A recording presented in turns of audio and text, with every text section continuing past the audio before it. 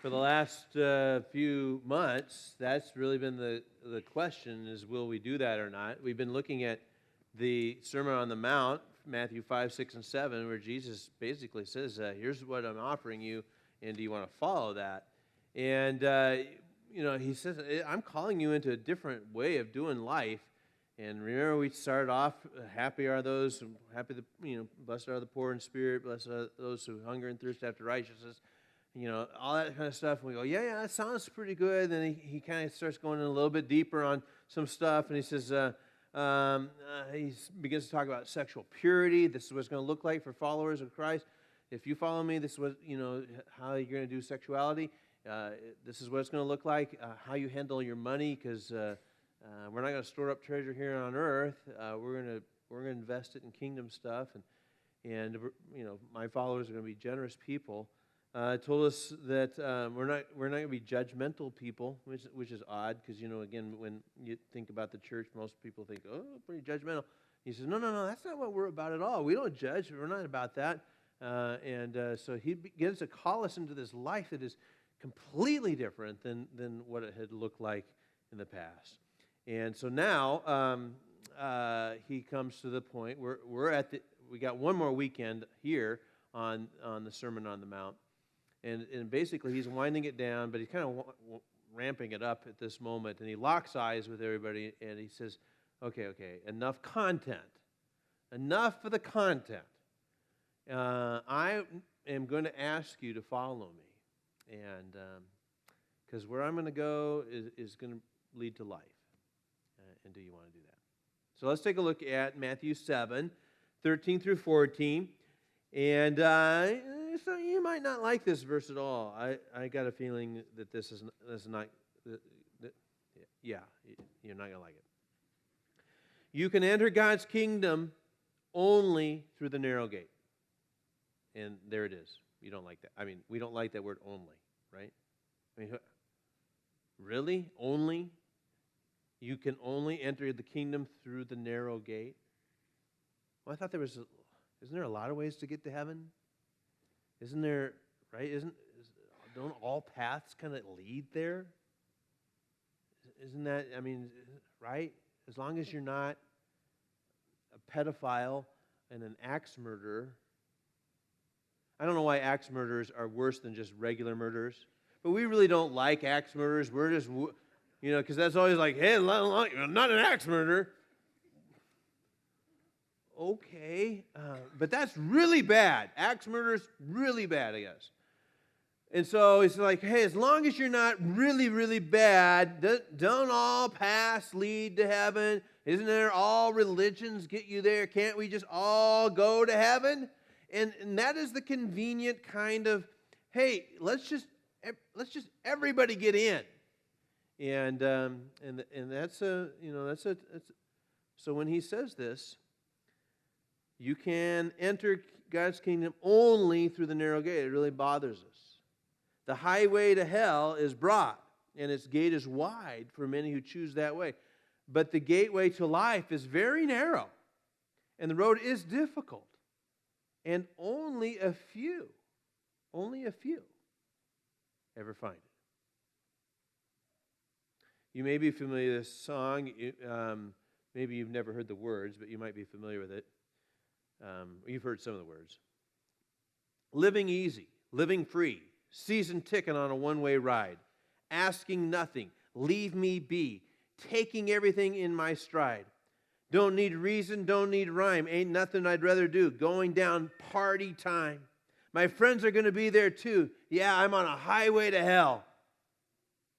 I'm on a highway to hell. No stop signs or speed limits. Nobody's going to slow me down like a wheel going to spin it. Nobody's going to mess me around. Hey, Satan paid my dues. Playing in a rocking band. Hey, Mama, look at me. I'm on a way to the promised land. I'm on a highway to hell. Now, that is one song that is, I don't know, maybe, I can't ever think of a time when that would be played at a funeral.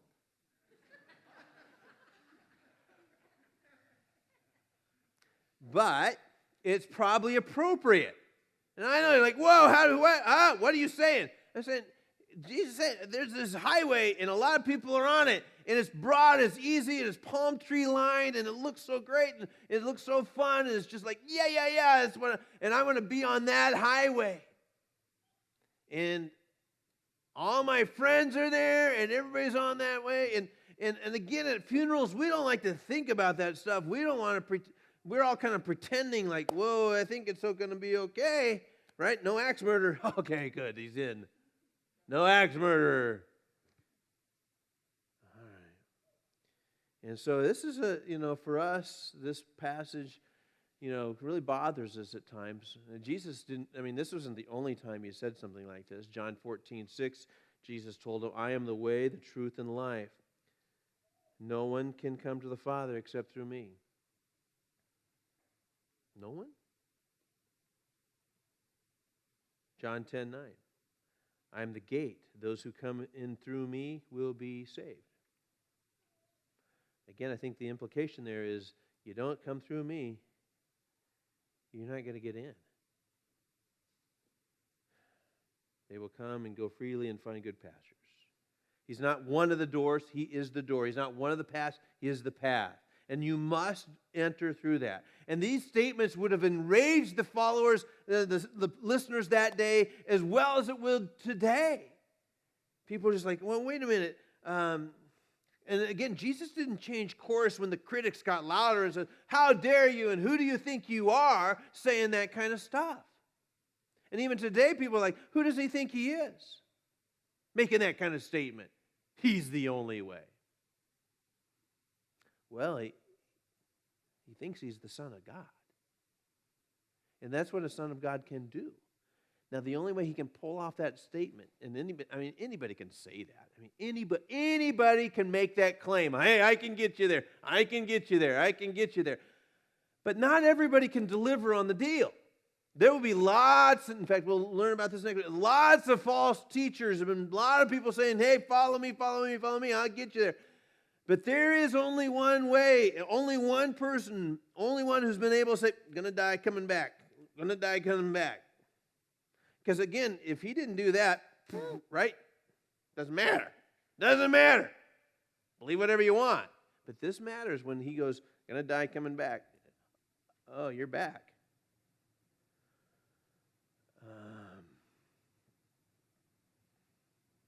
Okay. And we got to deal with that.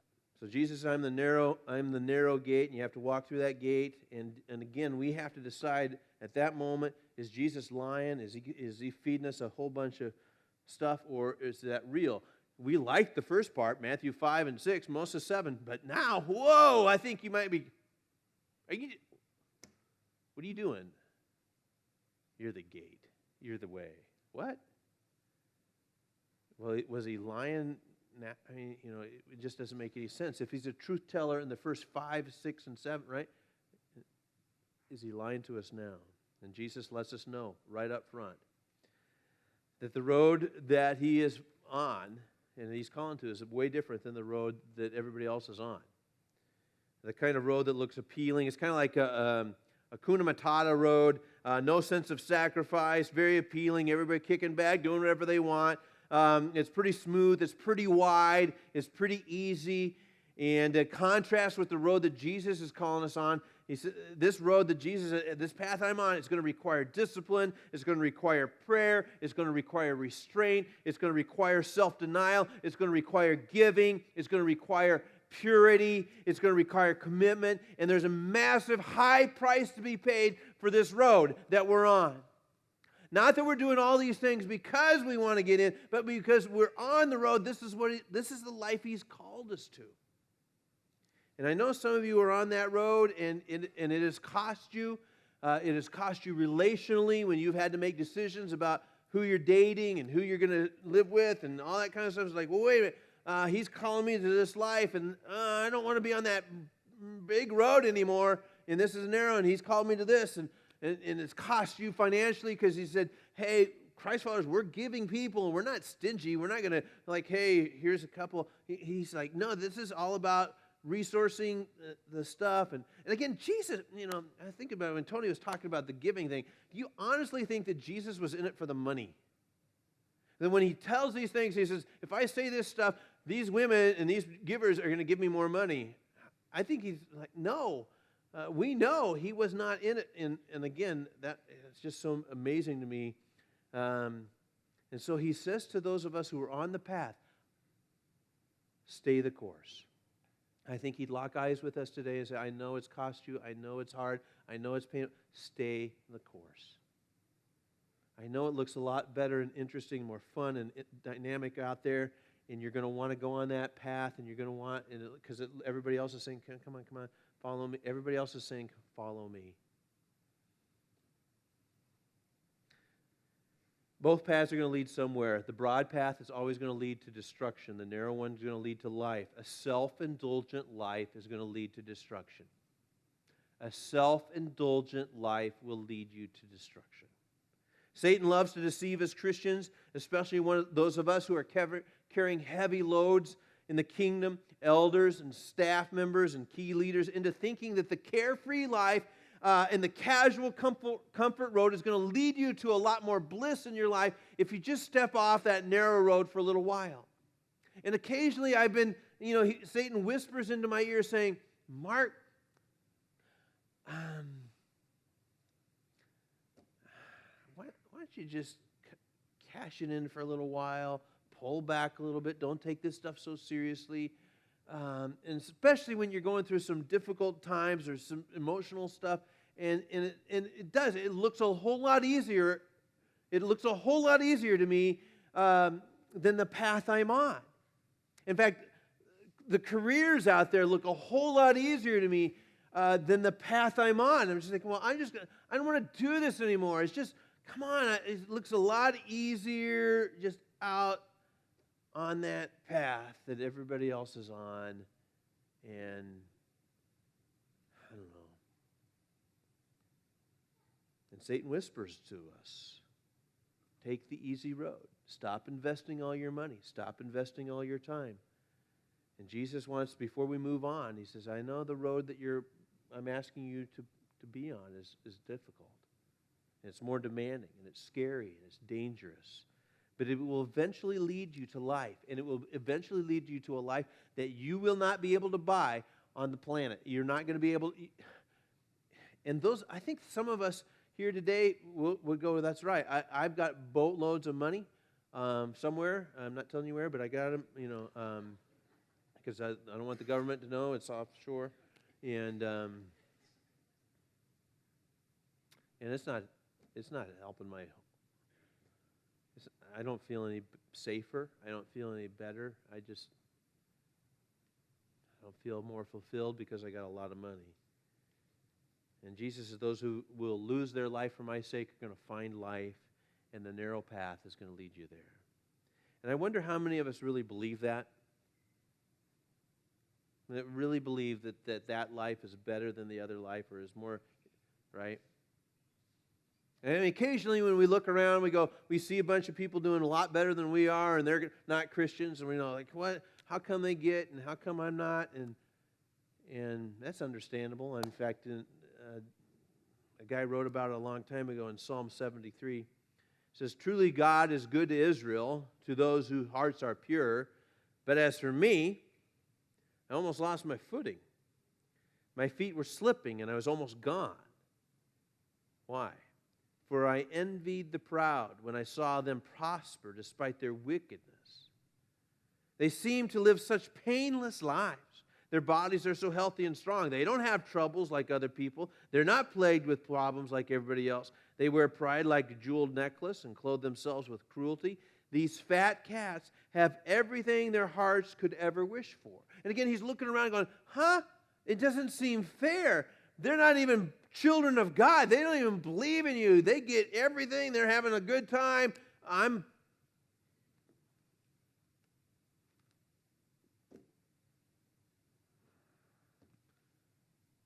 It's another Saturday night, and I ain't got nobody. Got some money because I just got paid. And how I wish, right? How I wish. Well, they're all over on that bigger path over there, and I'm not going to stay long. I'm not going to stay there for very long. But I would like just for a little while. And so the psalmist who wrote those powerful words in the first 7 verses of chapter 73, 9 verses later, writes this: "Truly you put them on a slippery path and send them sliding over the cliff to destruction." It doesn't take very long for us to see sometimes when we're looking at somebody else's life and we're looking at somebody else's dream and we're looking at somebody else's relationships and all that kind of stuff, and all to see them crash and burn on some stuff, and we go, well, why was I so jealous of that? In fact, for the most part, we don't even know the destruction that is in their life right now. We just look and go, well, he's got a boat and a car and a cabin and really nice, and I don't, and it seems like maybe if I just walked that way. But every little detour that I've taken for the broad road experiences, I've had to pay for. And Jesus says many, many, many people are going to end up on that road, and few people are going to be on the narrow road. And Jesus holds nothing back at this moment, and I don't want to either. As if he looks at our group today and says to us, I think, again, if he was standing before you today, and he would look in your eyes, and he would say, please, please, please, please choose the narrow path. Because I know where the other one leads, and I know where this one will lead. Please. Don't fool yourself into thinking that the broad path is going to lead you to life. It will not. Don't believe the lies. Those who walk on the broad path are on a pretty slippery slope, and they will eventually fall. So I promise you, Jesus is promising us, the narrow road is going to lead you to life. Now, it is decision time. And I think it'd be totally weird for us, again, if Jesus was here and he was to look at you and he was saying, please choose the narrow road. Please, please, please. I'm going to walk out of here, and I want you to follow me. And the music's done, and we walk out, and Jesus turns right, and I go,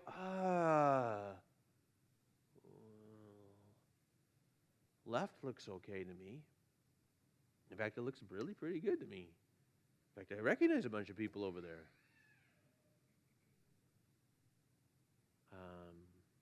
And wouldn't it be totally weird if Jesus was here and he says, please follow me, and we're going, I'm taking my chances. Because I think there's probably all kinds of ways to get to heaven. And I think there's all kinds of paths. And I can't believe in a God who would, right, send people to hell. And I can't believe in it. I think I'll just go my own way. And notice that, I don't know if you notice this, but he says in Matthew 7, back, he says, you can enter God's kingdom only through the narrow gate. The highway to hell is broad, and the gate is wide for the many who choose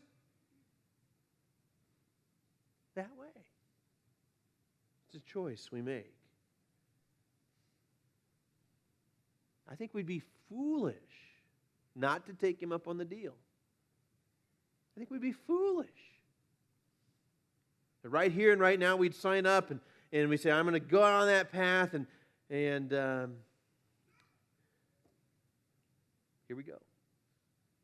It would break my heart as well to watch you walk out here today going, I'm going to go my own way. I'm going to take my own chance. I think that looks a lot more fun and a lot more interesting and a lot more exciting and a lot more fulfilling than the path. Now, some of you are kind of like, You can't, you're kind of going between both. You're like, hey, few days I'm on this path, but Sunday right? But I don't know, I'd like to choose this, but I'm going to be 21 here in a couple of weeks, and I'm not choosing that path yet.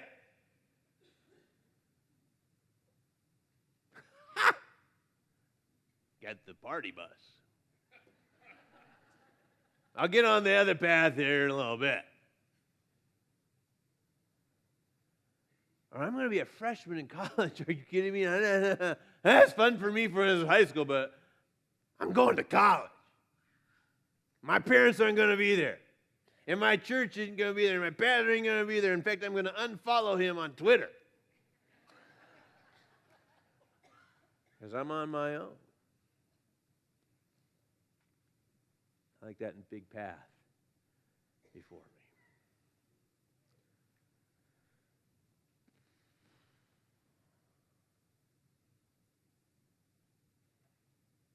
It would thrill the heart of Jesus today if you decide to take a step towards Him. You say, you know what, I know the path that I'm on is going to lead to destruction. And I'm not even sure He would want me anyway. Now, that's again a lie from Satan, who's just trying to trip you up and say, just stay on our path, you'll be fine, you'll be fine, you'll be fine. Those who have already made that commitment to Christ, you can do what the rest of us in leadership do every single day. We stay on the path. And maybe you've been flirting with the broad way, and today you just need to say, no, I'm not going to take the easy way out.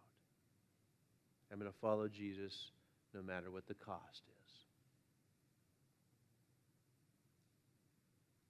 I don't know where you're at on this whole deal.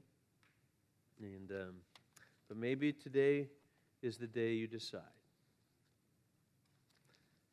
Thanks, God, for this moment in time that you allow us to continue to breathe air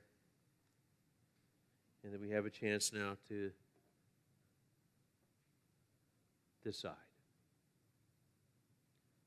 Enough thinking about it, enough even praying about it. We're going to follow you. I'm so glad that you made the way. You made a path for us to go on. Created a way for us to go towards life. I know that in a crowd of people this weekend here, there's a lot of us on a different path, and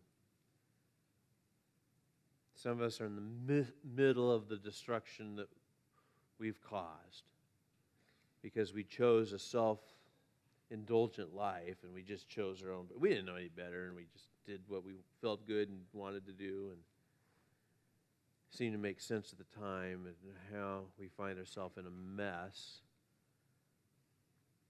And if it's true that you would forgive us and accept us and help us, then okay. It sounds too good to be true, but if it's true, then okay. And so thank you for extending to us grace even here in this moment. Lord, I know there's a lot of people also in this room this weekend that that are on the path, and I pray that you would. It's our hope that they just stay strong and stay the course and stay faithful to the calling that they've received to follow you. All right. In Christ's name we pray.